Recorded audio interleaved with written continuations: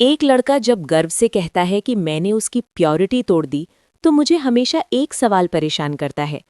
क्या किसी इंसान की जिंदगी, उसका सम्मान और उसकी पहचान इतनी सस्ती चीज है कि कोई दूसरा उसे तोड़ सके?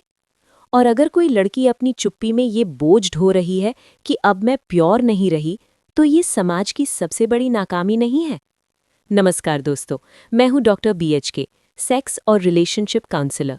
पिछले कई सालों से मैं उन सवालों के जवाब ढूंढने की कोशिश कर रही हूं जिन्हें लोग पूछने से डरते हैं, और उन झूठी मान्यताओं को तोड़ने की कोशिश कर रही हूं जो खासकर लड़कियों के दिमाग में डर, शर्म और अपराध बोध भर देती हैं। आज हम उस शब्द की सच्चाई पर बात करेंगे जिसे समाज ने ज़रूरत से ज़्यादा पावर दे दी है, वर्जिनिटी। सबसे पहले एक कड़वी लेकिन ज़रूरी सच्चाई समझ लीजिए। वर्जिनिटी कोई मेडिकल टर्म नहीं है।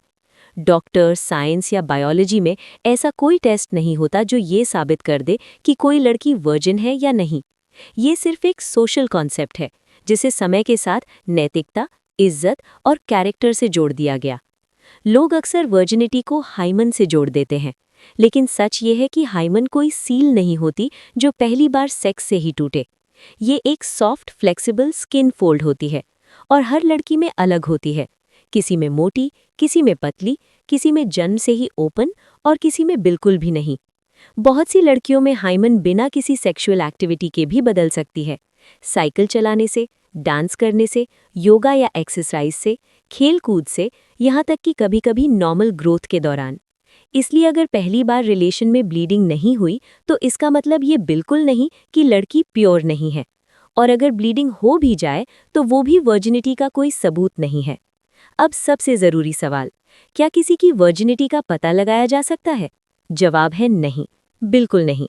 न मेडिकल टेस्ट से, न ब्लड से, न बॉडी देखकर, न किसी एक्सपीरियंस से। फिर भी समाज ने ये जिम्मेदारी सिर्फ लड़की के कंधों पर क्यों डाल दी? क्यों लड़के की वर्जिनिटी कभी मुद्दा नहीं बनती? क्यों लड़के के लिए ये अचीवमेंट बन जाती है और लड़की के लिए कलंक? मैंने अपनी काउंसलिंग में अनगिनत लड़कियां देखी हैं जो शादी से पहले रोती हैं, डरती हैं, खुद को दोषी मानती हैं, सिर्फ इसलिए क्योंकि उन्हें सिखाया गया कि तुम्हारी वैल्यू तुम्हारे शरीर से जुड़ी है। लेकिन सच्चाई ये है, प्योरिटी शरीर से नहीं, सोच से होती है। इज्जत स्किन के किसी फोल्ड में नहीं, इंसान के व्यवहार में होती है। और कैरेक्टर किसी एक एक्सपीरियंस से तय नहीं होता। अगर आप किसी रिश्ते में हैं तो सबसे बड़ा सबूत होता है ट्रस्ट, कम्युनिकेशन और रिस्पेक्ट, ना कि कोई ब्लड स्टेन, ना कोई मेडिकल रिपोर्ट, ना किसी का पास्ट।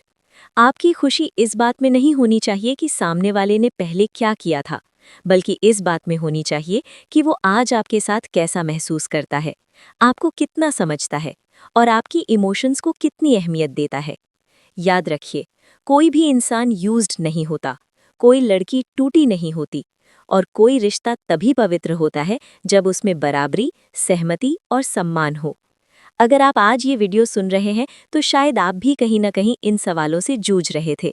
मुझे उम्मीद है कि आज आपको थोड़ा हल्का महसूस हुआ होगा, थोड़ा सच्चा, थोड़ा आज़ाद। अगर ये वीडियो आपको मददगार लगा हो तो इसे लाइक करें, शेयर करें, ताकि ये सच उन लोगों तक पहुंचे जो आज भी डर और गलतफहमी में जी रहे हैं। आप अपने सवाल या अपने विचार कमेंट सेक्शन में लिख सकते हैं। आप मुझसे इंस्टाग्राम और फेसबुक पर भी जुड़ सकते हैं। और अगर आप हमारे चैनल पर नए हैं तो डॉक्टर BHK चैनल को सब्सक्राइब करना मत भूलिए। कमेंट करके ज़रूर बताइए कि अगला वीडियो आप किस टॉपिक पर देखना चाहते हैं, क्योंकि बात जब सच्चाई की हो तो चुप रहना भी एक तरह की नाइंसाफ़ी होती है।